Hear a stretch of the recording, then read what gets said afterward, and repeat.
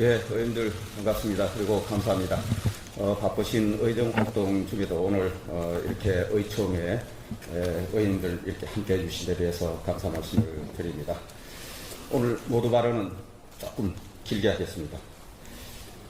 지난 주말 국회의원회관 대회의실에서 민주당 의원 주선으로 탄핵의 밤이라는 황당한 행사가 열렸습니다.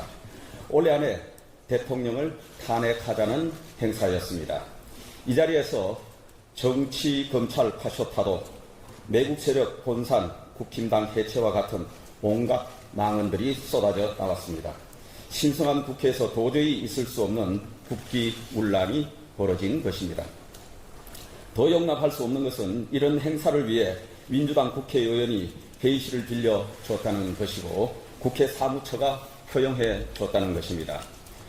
국회 사무처 내규상 회의실 사용을 허가할 수 없는 행사임에도 국회 사무처가 명백한 내규 위반을 저지른 데 대해 국회 사무총장을 불러서 강력히 항의하면서 관계자에 대한 징계 조치 및 재발 방지를 구두 요구했습니다.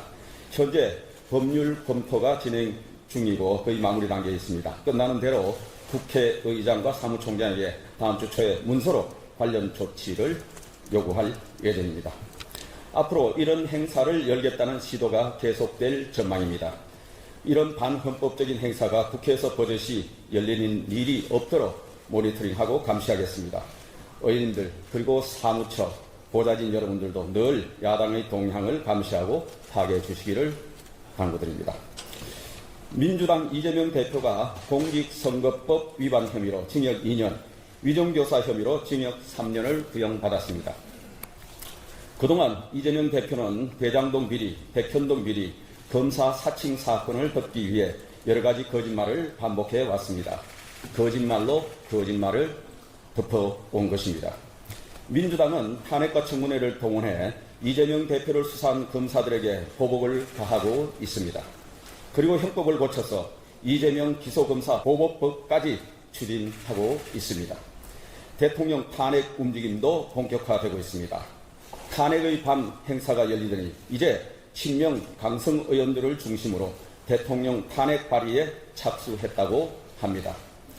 지금 민주당이 벌이는 온갖 입법 폭주의 목적이 이재명 구하기와 정권 퇴진에 있다는 것이 명확하게 드러나고 있습니다. 오로지 이재명을 구하기 위해 검찰을 겁박하고 사법부를 압박하고 국민이 선출한 행정부 수반인 대통령까지 탄핵하겠다고 하는 것입니다. 상권 분립의 부정이자 헌법에 대한 정면 도전인 것입니다. 지금 우리가 거대 야당의 폭거에 맞서 싸우는 것은 헌법을 지키고 나라를 지키는 일입니다. 민주당은 이재명 개인을 지키는 방탄이지만 우리는 헌정 파괴 세력들로부터 대한민국을 지키는 것입니다. 우리 108명의 의원님들께서는 나라를 지키는 이 대열에 한치의 흔들림 없이 함께 해주시기를 바랍니다. 지난주 본회의에서 방송장악사법, 최대 18조 원 현금살포법, 불법파업조장법이 최종 부결 폐기되었습니다. 힘을 모아주신 의원님들께 감사 말씀을 드립니다. 그런데 일주일 만에 오늘 또다시 3개의 법안들에 대한 제2투표를 하게 됩니다. 영구인 특검법, 최상병 특검법, 지역화폐 현금살포법입니다. 이처럼 이재명 대표의 1심 판결이 가까워지면서 민주당이 저지르는 입법 폭주의 빈도도 잦아지고 있고 수위도 점점 더 높아지고 있습니다. 무분별하게 의혹을 던져놓고 나서 무턱대고 특급을 하는 선례를 남기는 건 우리 한동훈 대표님 말씀대로 사법 질서를 흔드는 것입니다. 2개 특검법안 모두 수사하는 검사를 야당이 고르겠다는 것입니다. 야당이 수사권과 기소권을 털어쥐겠다는 것입니다. 명백히 상권 분립에 위배되는 위헌적 특검 법안입니다. 지역화폐 현금살포법도 그렇습니다.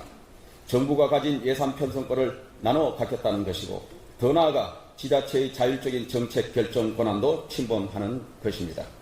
이런 악법들이 통과되면 거대 야당의 입법 권력 앞에 상권 분립과 지방자치가 모두 무너지는 것입니다.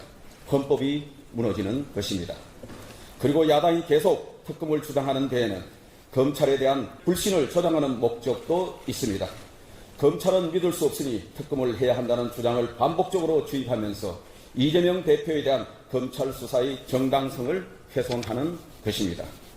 이재명 대표의 사법 리스크가 커질수록 민주당은 이재명 방탄을 위해 점점 더 노골적으로 검사들에게 보복을 가하고 판결에 불복하고 우리 정부 여당에 대한 공격을 가할 것입니다.